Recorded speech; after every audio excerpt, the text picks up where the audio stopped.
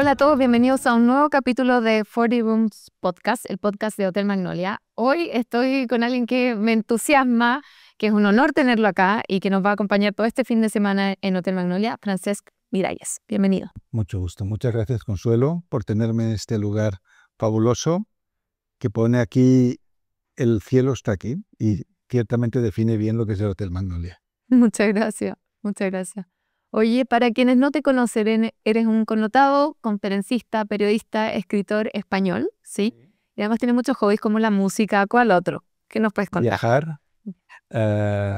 Y yo diría que escuchar historias, porque al final mi estilo de escritura, incluso cuando escribimos Ikigai con Héctor García, es escuchar a las personas de otras culturas, de otros lugares, detectar a los sabios del mundo y transmitirlo de una manera agradable para todo el mundo. De alguna manera, como hice con Mazal también, donde cogí toda esa sabiduría jasídica antigua y la transmití a través de una historia sencilla de un hombre que no tiene suerte en la vida y que quiere cambiar eso. Sí, ese libro es muy inspirador, de verdad que sí. O sea, además, yo sé que todos conocen Ikigai, pero no me perdería ninguno de los otros de tus libros. Muchas gracias. Sí.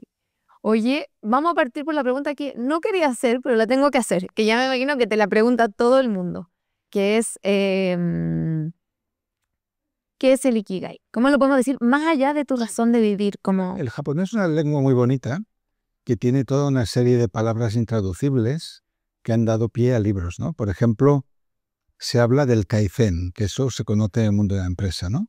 Porque fue algo que popularizó Toyota. Kaizen es el progreso continuo, es hacer un poquito cada día en la misma dirección. Se habla de wabi-sabi, que es la belleza de la imperfección, y todas las artes japonesas tienen esa base. Y Ikigai, que no había ningún libro escrito sobre eso, fue fruto de una investigación de Héctor García, que es ingeniero, y yo mismo, que soy exeditor, periodista, etcétera, en el pueblo donde había la gente más longeva del mundo. Y en las entrevistas muchos decían, yo tengo un Ikigai, como uno de los poderes que les permitían vivir tanto. ¿Y qué es Ikigai? Pues no tenía una traducción exacta. Nosotros hicimos una aproximación que es propósito de vida, razón de ser o el motivo por el cual te levantas de la cama. Y, a ver, ¿puedo contar cómo nos conocimos? Ya, o sea, yo fui muy Barça, porque me invitaron a una charla de Francesc. Me cambié de puesto porque estaba con una vista muy parcial y cuando te bajaste del escenario me tocó sentarme al lado tuyo y te dije, tú hablaste de Héctor, que creo, si no me equivoco, que mencionaste que tenía Asperger o algo así. Sí. Y mi hijo tiene Asperger, entonces yo dije, bueno, siempre me han dicho, aproveché que te tenía al lado y te pregunté, siempre me han dicho que lo meta a programación porque va a ser muy bueno en eso. Y dado que estábamos hablando del Ikigai, dije, ¿será que le estoy metiendo su Ikigai a la fuerza si lo meto a programar? Y ahí como que enganchamos, ¿cierto? Sí.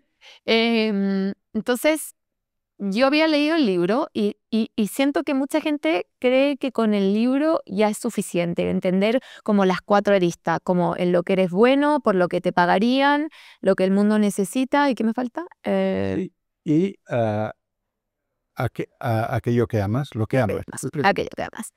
Y siento que después de la charla, el Ikigai es mucho más que eso.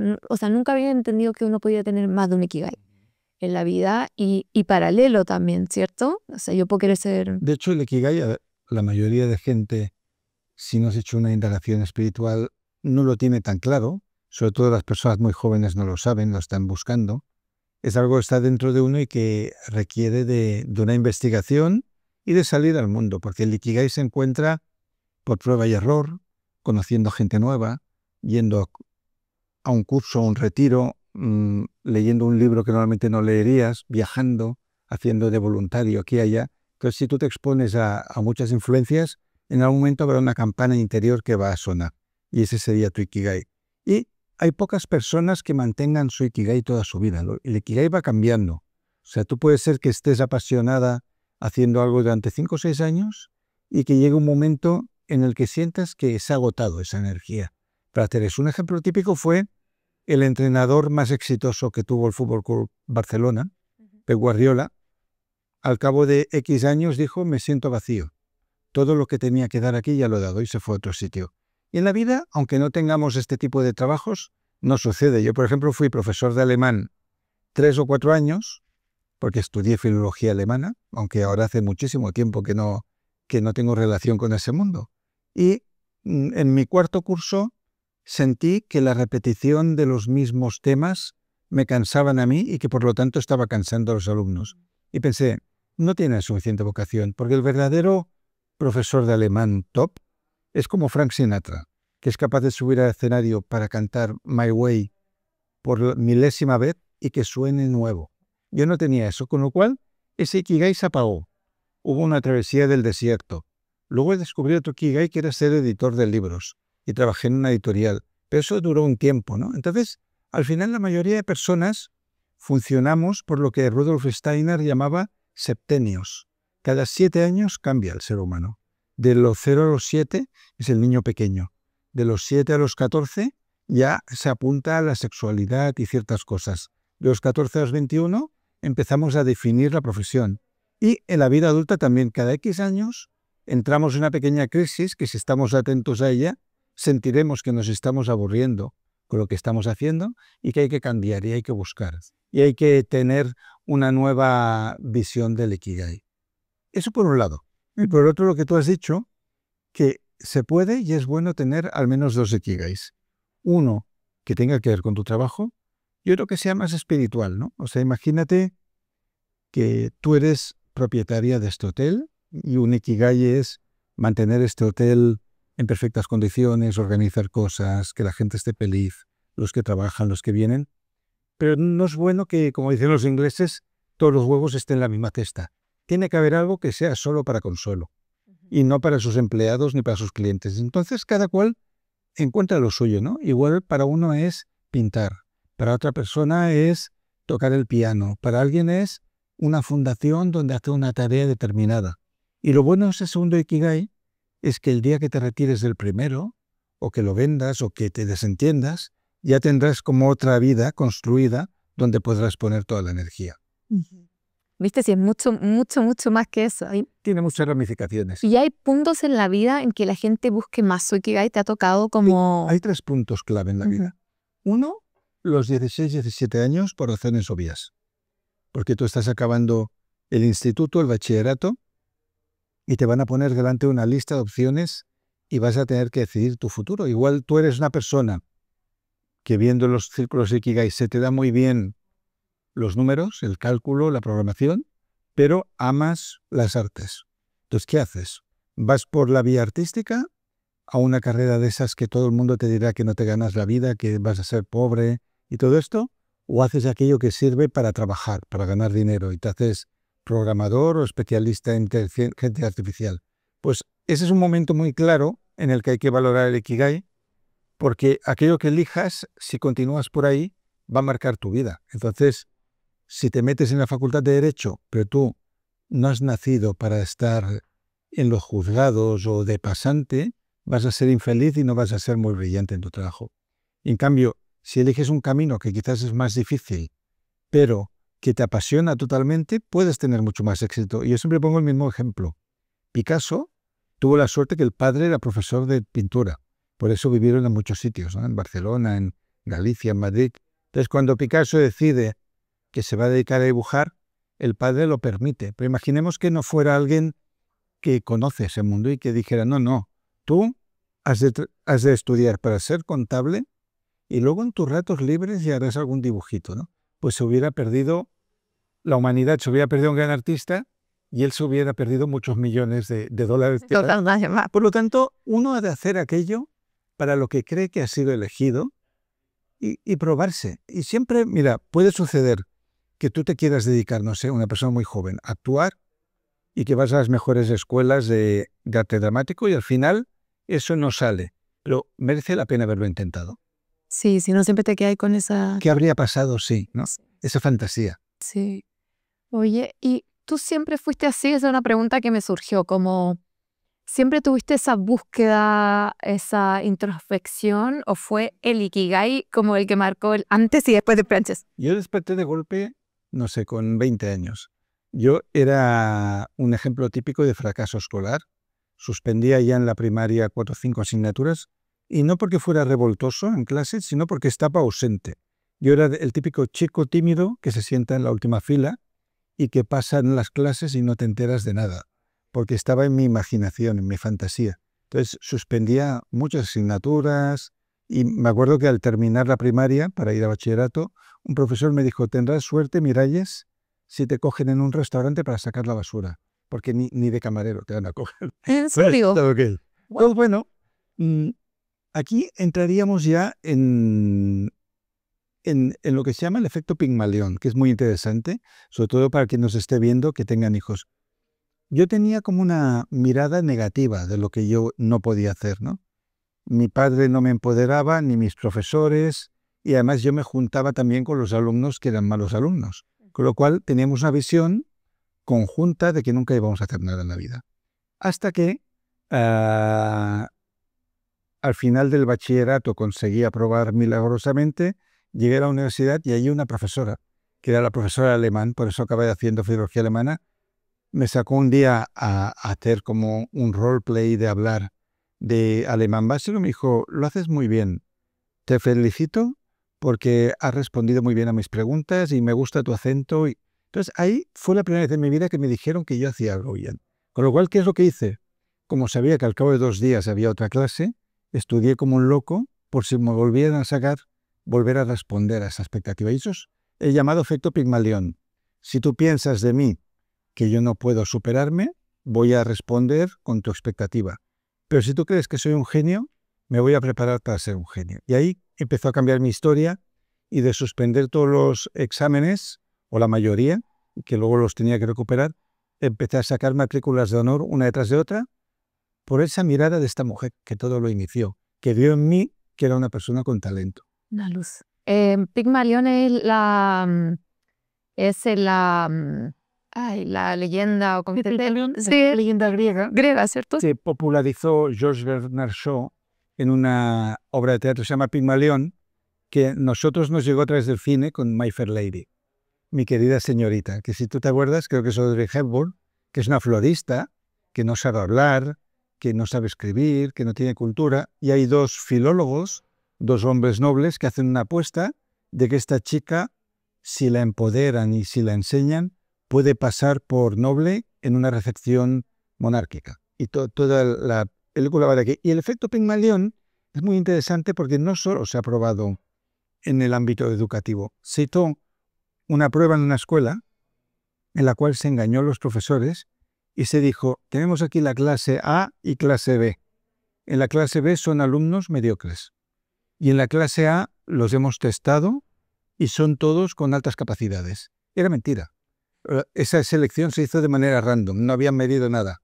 Pero unos profesores trataron a unos chicos como si fueran comunes y los otros como si fueran genios. Pues el resultado de la clase A fue como un 25% superior en notas que la de las otras. ¿Por qué? Porque las expectativas sobre ellos eran superiores. En el mundo de la empresa se hizo también un experimento que fue decirle al portero de una multinacional que le habían analizado y que veían altísimas cualidades directivas en él, cosa que era también mentira.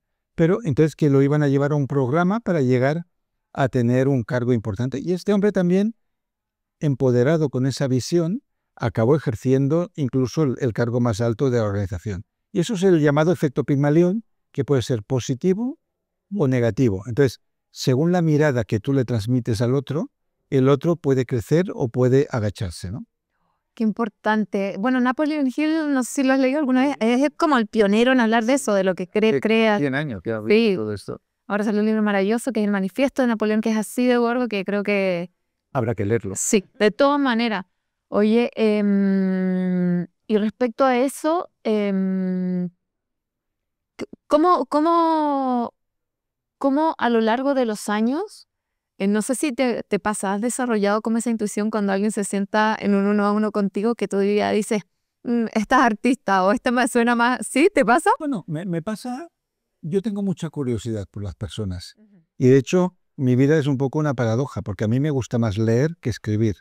Y me gusta más escuchar que hablar.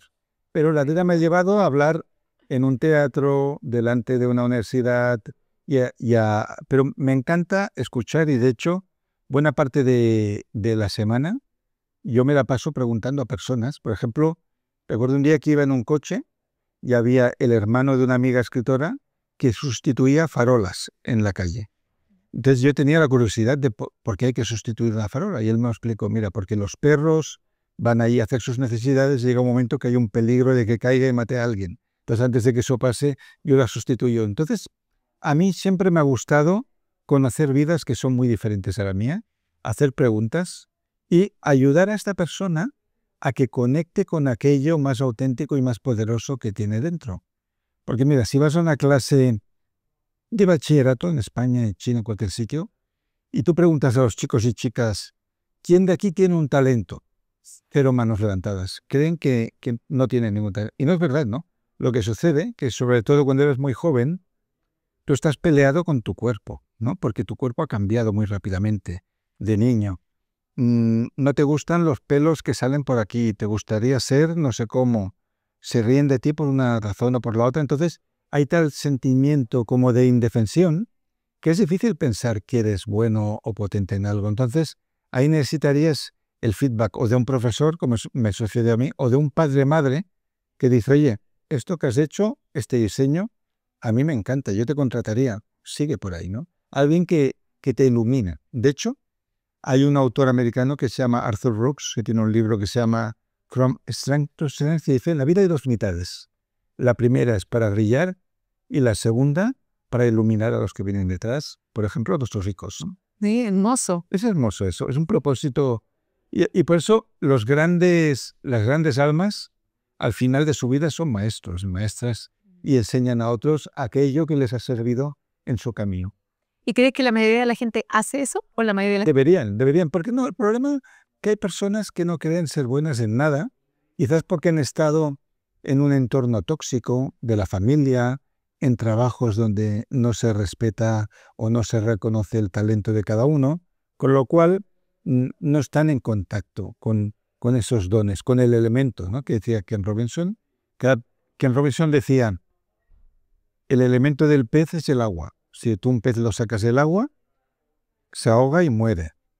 Y del mismo modo tú tienes que descubrir cuál es tu elemento. O sea, cuál es el entorno o el tipo de actividades o el tipo de situación donde tú puedes ser más útil a la humanidad. Porque, por ejemplo, si una empresa tomas a la persona más tímida y la pones de comercial a venta a puerta fría, esa persona va a sufrir como el pez y además va a hacer un mal trabajo y puedes llegar a pensar que es estúpida esta persona. No, está fuera de su lugar. Entonces hay que saber a dónde pertenecemos cada uno de nosotros. Yo, por ejemplo, odio las oficinas. Siempre que trabajé en una oficina, que trabajé de vendedor de pasta de papel, de editor, de varias cosas, sí que me gustaba la tarea quizás, pero el hecho de estar 8 horas delante del ordenador fichando, a mí me deprimía. Sentía que estaba perdiendo mi vida. Y otras personas se sienten cómodas. Entonces, uno ha de tantear dónde es feliz, dónde es útil, y la misma vida te va a indicar cuál es el lugar donde puedes tener más poder. Claro, pero como decís tú, hay que ir probando, porque si no, yo creo que el espejo de la sociedad y como ese mandato es tan fuerte, que el atreverse requiere mucha valentía y bueno, también requiere tener como la vida quizá como la opción de poder hacerlo, porque tal vez tengo una familia que mantener, no puedo llegar y tirarme a ese sueño, no sé. ¿Qué pasaría si yo estuviera en ese caso, en que digo, bueno, soy buena, el mundo lo necesita, me pagarían, pero no me puedo dar el... Bueno, muchos de los bloqueos que hay son mentales. De hecho, ahora hace unas semanas estaba en las Islas Galápagos, que no había ido nunca y tenía mucho... Y allí me interesó más la fauna humana que los animales, porque los que viven ahí son muy particulares, son gente que viven alejados de todo el mundo y habían muchos sabios callejeros. Y uno que nos condujo hacia un lugar muy apartado me dijo, he llegado a la conclusión que aquella persona que hace un plan y se dirige hacia allí sin importarle lo que pase, está marcada para el éxito. Pero realmente cuando hacemos algo vamos acompañados de muchos miedos, ¿no? Y de muchas expectativas. Entonces, si tú, por ejemplo, quieres ser director de cine o escribes un primer libro y ya estás pendiente del resultado, de tener éxito, de que te reconozcan, pues empiezas mal, ¿no? Entonces, sería como la ciencia, ¿no? Edison, para probar la bombilla, pues iban probando diferentes materiales hasta que al final se hizo la luz. Entonces, hace falta cierta valentía y cierta inconsciencia para salir de la zona de confort y aventurarte en algo nuevo. Lógicamente, no se trata de tirar tu vida a la basura, ¿no? Yo siempre cuando alguien me dice, quiero cambiar de vida totalmente, trabajo en un banco, soy infeliz, quiero ser terapeuta, yo siempre le digo, ¿cuánto vale tu vida? ¿Cuánto tienes que pagar cada mes? ¿Y cuántos ahorros tienes? Entonces, si me dice que puede aguantar 3 o 4 años, digo, adelante. Si estás con 3 hipotecas, pues quizás primero es de resolver lo otro, ¿no? Entonces, por eso en el Ikigai hay algo muy interesante y es que hay personas que a la mitad de la vida, antes hemos hablado de que hay 3 momentos de descubrir el Ikigai. Hay gente que a la mitad de la vida entra en crisis. Antes era la crisis de los 40, ahora se habla de la crisis de los 50, porque la gente cada vez se hace más vieja, ¿no? Que es cuando tú dices, bueno, hasta aquí he llegado, ¿hay algo más? ¿O mi vida va a ser esto hasta que me jubilen y luego envejecer y morir, ¿no?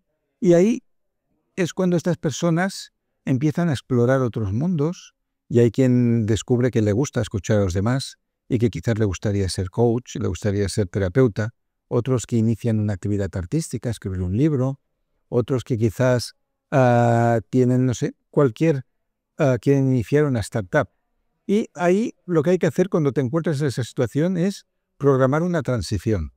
Es mirar cómo tienes resuelto tu tema económico, de cuántas cosas te puedes desprender, porque igual si tienes 2 casas fuera y hay algo más importante que tú quieres hacer, puedes vender una o alquilarla, empezar a ordenar tu vida y a partir de ahí establecer unos plazos para que tú puedas cambiar de A a B. Y aquí hay una cosa muy interesante que le oí decir a un coach, que para cambiar de vida es como viajar en un cohete de un planeta a otro planeta o de un planeta a la Luna, ¿no? Cuando las misiones Apolo empezaron a ir a la Luna, el principal gasto de energía era escapar de la gravedad de la Tierra. Una vez estás fuera, ahí es una pequeña parte de la energía. Y en la vida pasa lo mismo. Lo difícil no es que tú empieces a hacer una cosa muy distinta. Lo difícil es desapegarte del mundo conocido. Y, por ejemplo, de la gente que te dirá, ¿dónde vas? Estás loca, esto no saldrá, ¿no ves que tú ya eres muy mayor, que ya no tal? ¿Ves? Eso es la gravedad en nuestra vida. Es la gravedad que nos cuesta salir, ¿no? Una vez has salido al mundo y ya has cruzado el umbral, a partir de allí ya podrás ir un poco modulando lo que funciona o lo que no funciona. Pero siempre tendrás, creo que era Joe Dispenza que decía que el cambio es como lanzarte a un río helado. Tendrás gente en la orilla que te van a gritar que vuelvas y tendrás tu propio miedo y cuando llegues a la mitad igual dices que es mejor volver, ¿no? Pues lo que hay que hacer es ir a la otra orilla, ver lo que hay y luego preparar incluso un plan de retorno. Decir, mira, voy a probar esto durante X meses o años. Si no va bien, vuelvo a lo de antes, ¿no? Entonces ahí puedes tener una excedencia si eres un funcionario o volver al negocio que vienes, pero merece la pena haberlo probado. Sí, creo que es el derecho humano universal número 33, que el que dice que siempre tuve un coach que me decía, el derecho a cambiar de opinión. No nos olvidemos que tenemos el derecho a cambiar de opinión. Ok, lo intenté, me arrepentí. Incluso Alan Watts decía, no estás obligado a ser la persona que eras hace 5 minutos. Imagínate. Y uno así Sí. como... Tengo una pregunta ya más personal, como con lo poco que te conocí, que me hemos interactuado, puedo reconocer que es una persona que, a diferencia de muchos de nosotros, andas como en pausa, si bien te toca viajar mucho y las conferencias, cuidas tu sistema nervioso, cuando conectas de verdad, o sea, te interesas por la persona. Y eso es poco común. ¿Cómo desarrollaste esas habilidades? Bueno, tal como te he dicho antes, yo creo que una virtud que tengo es la curiosidad. Tengo curiosidad sobre todo por las personas. Por eso cuando he ido a un safari o a las Galápagos, más que interesarme por los leones marinos, me interesaron los galapaguenses, ¿no? Entonces, sí que es verdad que hemos perdido todo el mundo un poco la capacidad de atención, porque hace 50 años la cantidad de información que nos llegaba era 100 veces menos que la que hay ahora. Hay que pensar que las misiones en la Luna se hicieron con unos ordenadores que procesaban menos datos que el teléfono que tenemos en nuestro bolsillo.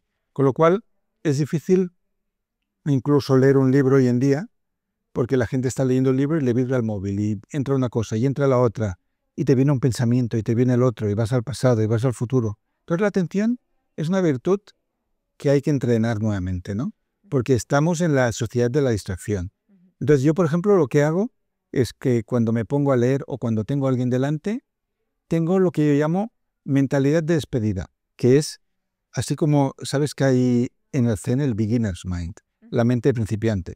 Pues yo adopto la mente de moribundo, como diciendo, esta es la última vez que voy a hablar con Consuelo, después de esto quizás voy a morir, y lo que hablemos y lo que hagamos será el recuerdo que se lleve de mí. Por lo tanto, estamos en un momento cumbre. Y esa es la visión que yo adopto y intento, cuando estoy con una persona, estar solo allí. Sí, sí, se nota, se nota. ¿Qué sientes el venir a Chile a hacer un retiro? ¿Habías venido a Latinoamérica a hacer un retiro como este? Chile es un país muy especial para mí, porque ¿Sí? hay muchos países de Latinoamérica que no he ido. Argentina nunca he estado, pero en Chile igual he venido 6 o 7 veces, incluso como viajero, ¿no? Tengo un amigo que trabaja en la Universidad de Magallanes, ahí en Punta Arenas. Allí fui hace tiempo. He ido como 3 veces a San Pedro de Atacama, pero no está esa zona. He estado 2 veces en la isla de Pascua, cosa que poca gente en el mundo ha ido 2 veces. Ni yo he ido una. Entonces, Chile es algo muy especial para mí, porque tiene muchos paisajes distintos. Amo a la gente de Chile. De hecho, el acento chileno es mi español favorito. ¿En serio? Me encanta. Es por decirle español, porque no muchos lo dirían. Nos dicen que hablamos cualquier cosa. Pues a mí me gusta. Entonces, en esta ocasión, venir al Hotel Magnolia para hacer un retiro como los que hemos hecho en Europa, en Suiza, en Estambul, en Atenas, se va a hacer uno en Madrid, es muy bonito, pues la primera vez que lo hacemos, ¿no? Sí, sí. ¿Y qué crees que la gente se va a llevar? ¿Cuál es tu experiencia? Como, bueno, yo creo que la gente que viene muy dispuesta, viene con una apertura, ¿sí? Yo la experiencia que tengo de los retiros que hemos hecho, que por ejemplo en Zermatt, Suiza, se han hecho 2, es que sobre todo a través de las charlas individuales, porque siempre hay como presentaciones generales y luego hay 15 minutos en los que podemos hablar de el proyecto o sueño de esta persona, que las personas hacen grandes cambios. Por ejemplo, he conocido a gente que ha iniciado una nueva etapa en la cual se dedican solamente al altruismo, otra empezó un libro y logró venderlo y publicarlo hace poco. Gente que hace grandes cambios en su vida, porque estamos hablando de los 3 momentos de cambio, sería la adolescencia, la crisis de la mediana edad y la jubilación. Y de hecho, en los retiros de Suiza vienen muchos empresarios, empresarias que sienten que ya han ganado suficiente dinero, entregan su empresa a un CEO o la venden o se desentienden y dicen, bueno, ¿y ahora qué hago, no? Con todo este montón de tiempo que hay en mi vida, porque hubo un tiempo en el que cuidaba de mis hijos, quizás cuidé de mis padres y ya no están aquí, la empresa me llevó un montón de tiempo, si de todo eso me libero y no tengo nada por encima y nada por debajo, ¿qué hacer por la mañana, cuando te levantas para entusiasmar?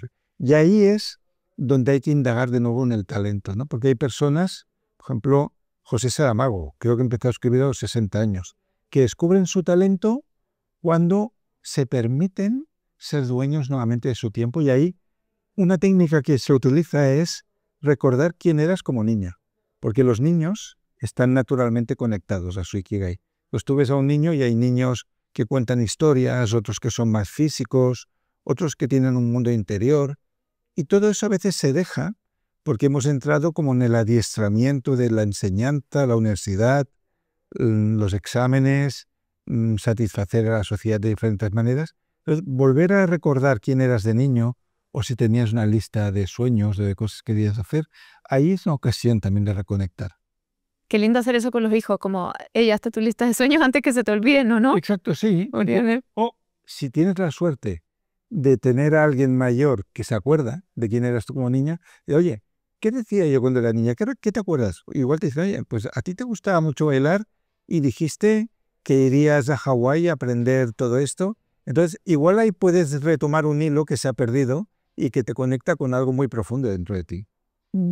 Qué lindo. ¿Cómo tener más espacio de silencio, de poder escucharnos? ¿Hay alguna técnica más allá de la meditación?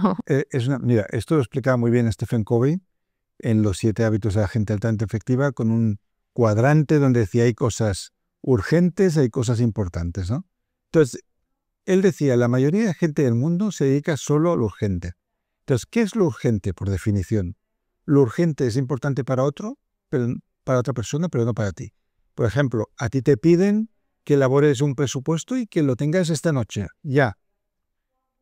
Que ese presupuesto esté esta noche es importante para alguien que quiere hacer algo X. Pero igual para ti lo importante es estar con tu hijo y leer un cuento juntos. Entonces, según decía Covey, una vida equilibrada es aquella en la que lo importante y lo urgente van a la par, donde puedes cumplir con lo que se espera de ti, pero puedes cumplir contigo mismo. Y aquí hay un problema que es la agenda, ¿no?